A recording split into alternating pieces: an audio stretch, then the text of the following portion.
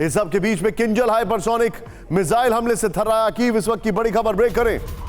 Ukraine पर किंजल से हमले का वीडियो आया सामने।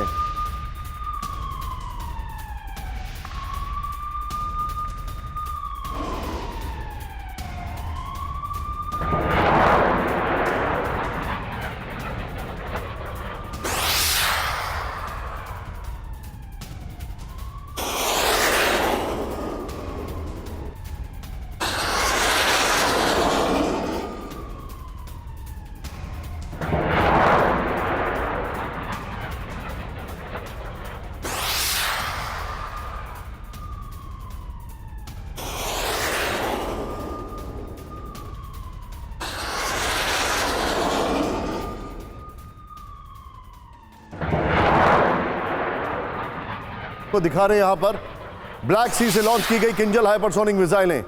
किंजल मिसाइल के टारगेट पर कीव समेत पश्चिमी यूक्रेन के कई हिस्से थे।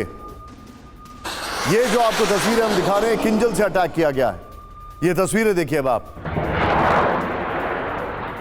हैरान करने वाली यह बात है कि हाइपरसोनिक मिसाइल किंजल का यह वीडियो लिया गया है और हाइपरसोनिक मिसाइल का पहली बार इस्तेमाल किया गया इस युद्ध में। सीधे आइए यहां पर किंजल का जलजला। ये बड़ी खबर मैं आपको दिखा रहा हूं। रूस से यूक्रेन में दागी कुल 6 किंजल मिसाइलें हैं। यह दावा किया गया है। ब्रेक करें इसको। यहां पर यूक्रेन पर हमले के लिए पहली बार इस्तेमाल का दावा है विजुअल्स के साथ।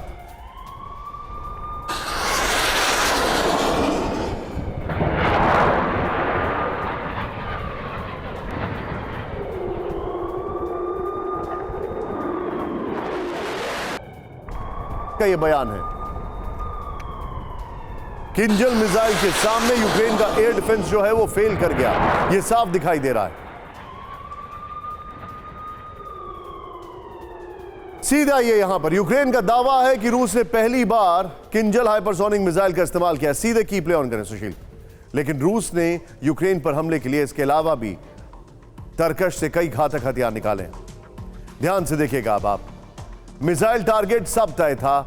15 S-300 मिसाइल से हमले टारगेट पर खार्किव, ज़ेपोरिजिया। S-300 15 इस्तेमाल किए गए। मैं चाहूंगा इसमें सायरन ऑन रखें। 6 किंजल मिसाइल इस्तेमाल किए गए टारगेट पर पश्चिमी यूक्रेन के हिस्से थे। इस्कैंदर मिसाइल से अटैक टारगेट पर कीव और सेंट्रल यूक्रेन। यह पूरी तैयारी थी वहां पर और किस तरीके से उसने अटैक किया है। लेकिन इस सब के बीच में यूक्रेन का एयर डिफेंस सिस्टम रूसी हमलों से फिर फेल हो गया है। हालांकि यूक्रेन का दावा है कि उसने इसके बावजूद कुछ रूसी मिसाइलों को इंटरसेप्ट करके मार गिराया है। यूक्रेन का क्या है दावा, ध्यान से देखें। जो हमारे पास जानकारी है, यह ब्रियांस्क में घुसकर स्ट्राइक की गई। पुतिन ने अब ले लिया बदला। ये इनफैक्ट हमारे सामने ये वर्सेस आपके सामने जो देखे हैं, 21 मिसाइलें मारी गई। कैलिबर क्रूज मिसाइलें 48 थी। मार गिराने का दावा 34 है। यह दावा किया गया है। ड्रोन मार गिराने का दावा है। देखिए 81 में से 34 मिसाइलें मार गिराई गई और 8 में से 4 ड्रोन मार गिराए गए। किंजल के सामने सवाल खड़ा यह होता है, किंजल के सामने वेस्ट के एयर डिफेंस फेल हो गए हैं। क्यों हो गए हैं? किंजल के सामने वेस्ट के एयर डिफेंस क्यों फेल हो गए? क्या रूस न्यूक्लियर ताकत में भी वेस्ट देशों से आगे है? किंजल नहीं रोक पाए तो यार सरमद को कैसे रोकेंगे? यह सवाल है। इस वक्त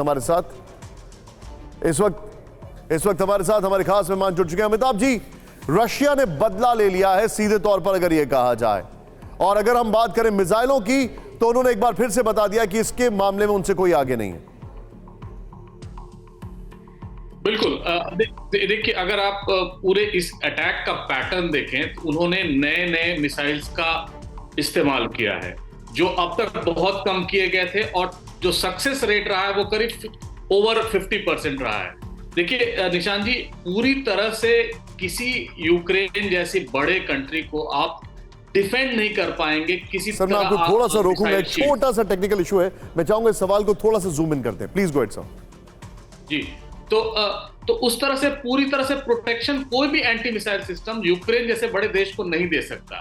रही ब्रियांस्क की बात, एक रेड लाइन है जो मॉस्को हमेशा चाहता है कि वो क्रॉस ना करे यूक्रेन।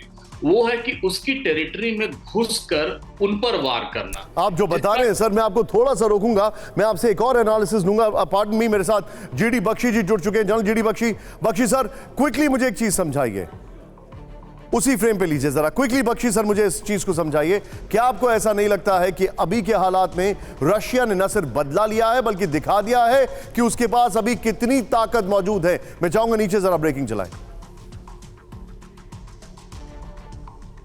बिल्कुल, देखिए रशिया ने ये ऑफेंसिव शुरू किया था तकरीबन 1.5 लाख ट्रूप्स के साथ। आज के दिन उसके पास कोई 4.5 लाख ट्रूप्स हैं जो वो लड़ाई में झोंक सकता है। अभी तक बाखमुत की लड़ाई में उसने केवल जो उसके रिजर्विस्ट्स मोबिलाइज किए गए थे उनमें से केवल 80-90 हज़ार ही थ्रो इन हुए हैं। उसके पास अभी कोई 4 लाख ट्रूप्स बाकी हैं जो कि वो बड़े हमले के लिए इस्तेमाल करेगा।